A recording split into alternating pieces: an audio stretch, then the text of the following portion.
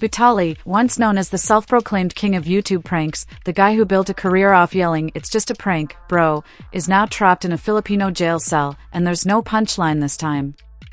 No hidden cameras, no crew, no social experiment excuse to fall back on. Just 4 concrete walls, cockroaches, and a guy named Caro sharing his misery. The most brutal twist?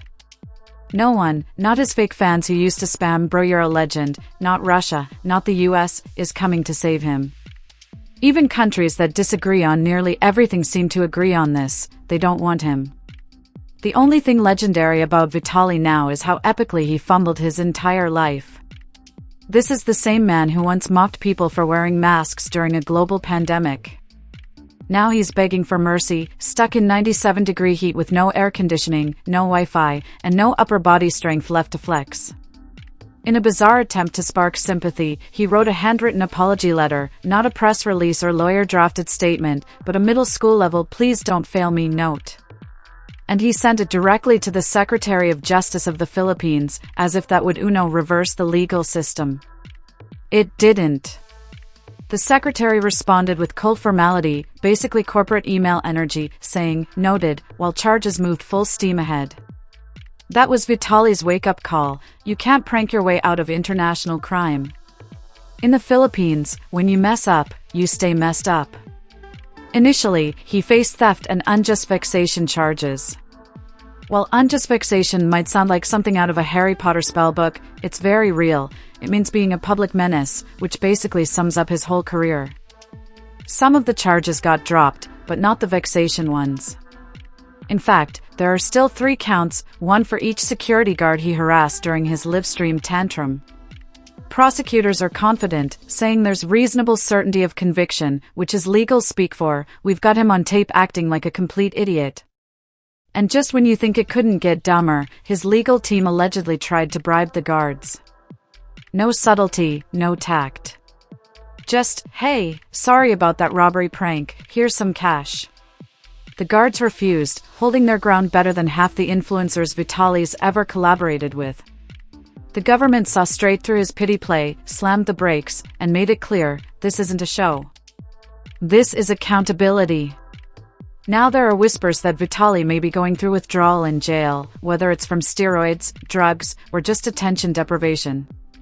Reports say he's suffering from arrhythmias and rapid weight loss. And as always, when internet clout runs dry, the go-to defense becomes "I'm mentally unwell, bro." His lawyer even says Vitaly now reads the Bible and cries all day.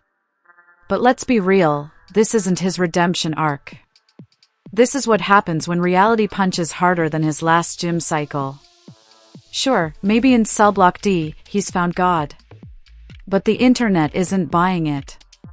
It's not character growth to go from yelling, "I'm going to rob you," at strangers in a foreign country to whispering Psalm 23. He's having panic attacks. He's already filed for release.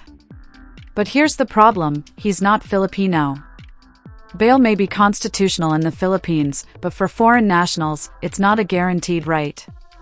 And for good reason. Most legal experts say his chances of getting bail are slim to none. Even if by some miracle he does, there's still a looming risk of more charges stemming from his past behavior. More complaints, more lawsuits, more consequences. This man's legal timeline looks more bloated than the MCU. And this whole mess isn't just about one YouTuber spiraling. It's a reflection of a larger issue, the chaotic entitlement that internet culture has nurtured for years. Vitaly, who's been arrested more than 20 times across the globe for things like trespassing, assault, and invading sports fields, is finally learning that not every country treats clout like currency. The Philippines made it very clear. Even the president chimed in, asking reporters, "Can I curse at him?" That's how deep the disrespect runs. So don't expect Putin or Trump to swoop in. Russia officially stated that its citizens must obey local laws. The US hasn't even blinked.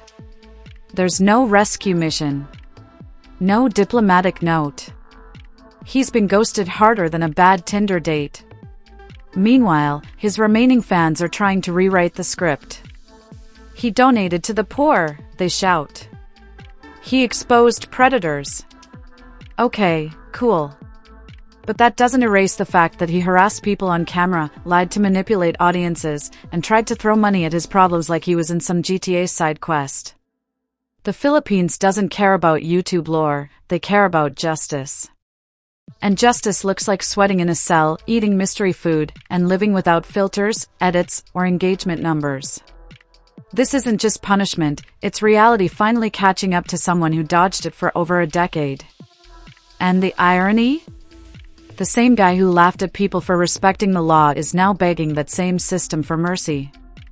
He's writing apology letters, reading scripture, and asking for forgiveness while Filipino officials simply say, no. Sit tight. And they're absolutely right. Letting him go would set the worst possible precedent. Every clout-chasing streamer with a GoPro and a god complex would be flying to foreign countries thinking they could break laws, traumatize strangers, and cry their way out of it. Now there's talk that Vitaly may never get out, not through bail, deportation, or even a presidential pardon. But let's be clear, most of those scenarios are fanfiction. The likelihood of him getting bail is as low as him winning a Nobel Peace Prize. The Philippines has strict bail requirements, especially for foreigners.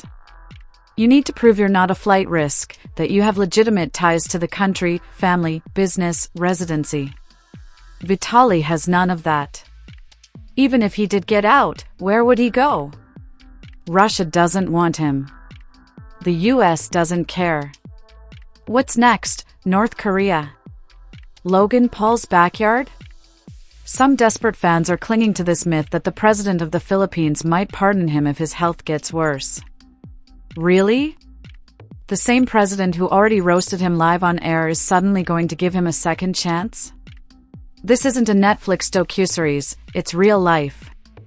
And Vitaly is living every frame of it without a script. So here we are. His only options are to hope for a legal miracle or rot in detention while the courts drag on for years. No glamour, no hype, no viral clips. Just a ceiling fan that probably doesn't work, an unforgiving legal system, and a whole lot of regret.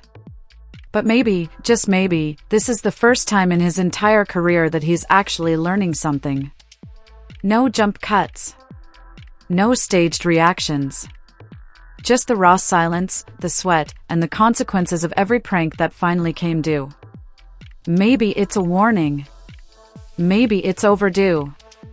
But one thing's for sure, when the law shows up, the algorithm can't save you. What do you think?